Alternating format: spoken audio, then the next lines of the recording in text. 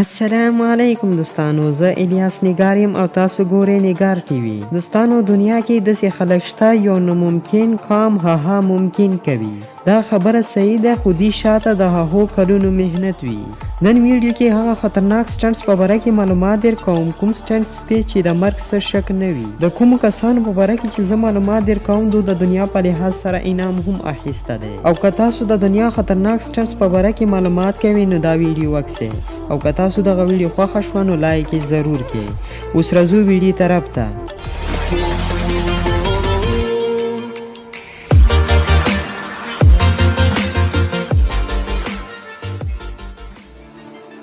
نمبر 5. دوستانو، په رسۍ باندې ډېر خلک ځي، خو رسۍ باندې تللې داسې سټایل به دې نه مخکې تاسو نه وي لیدلی. اوکسانا سرستان، دې عمر 27 سال دی. 18 فروری 2016 کې دنیا په لحاظ سره انعام یې هم واخیستو. 7 میټر لمبې رسۍ باندې اوکسانا سرستان بې پرې لاړله. اوکسانا سرستان دنیا ته وښیلو جینۍ هم چا نه کمې نه دي.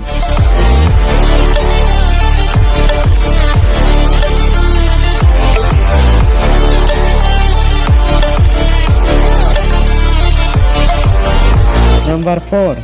اکثر دوستانو فلمونو کې یا میوز کې موټر په دوو پایو باندې بیایي او هغه وی اف ایکس په ذریعې سره بیایي. که تاسو وی اف ایکس نه پیژندو نو الریډي زمونږ چینل باندې وی اف ایکس په باره کې ویډیو موجوده دی، هغه وکسئ نو تاسو ته معلومات وشي. اوس مونږ خبره کوو لی لانګ کې. دې موټر په دوو پایو باندې چلولو، ټول خلک یې حیران کړي وو. دې چې کوم ځای باندې سټنټس کولو هغه 31 انچې وو. دې سره لی لانګ موټر دوې پیرې دې ټریک نه غورځېدلی والا وو، خو دې سټنټس پرا کړلو او د دنیا په لحاظ سره انعام یې واخیستو.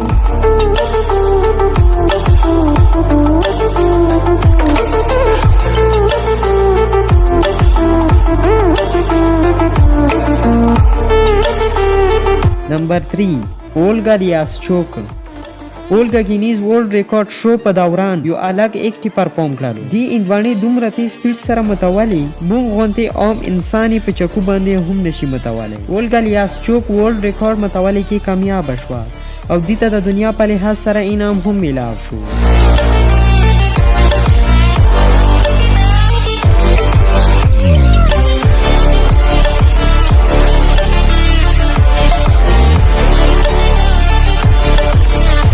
نمبر 2.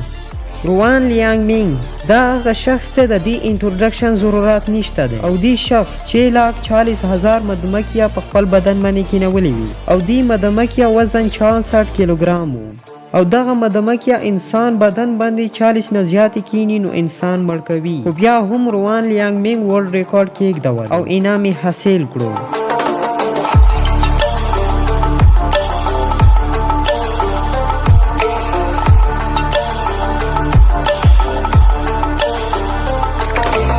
نمبر 1. پیټ کونالي.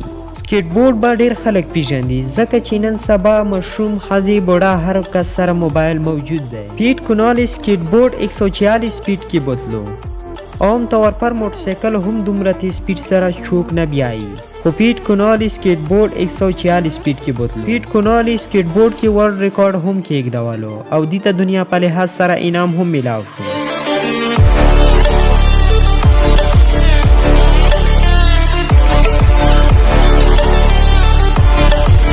او که تاسو دغه ویډیو خوښوئ نو لایک یې ضرور کړئ او د پارت 2 لپاره کمنټ وکړئ.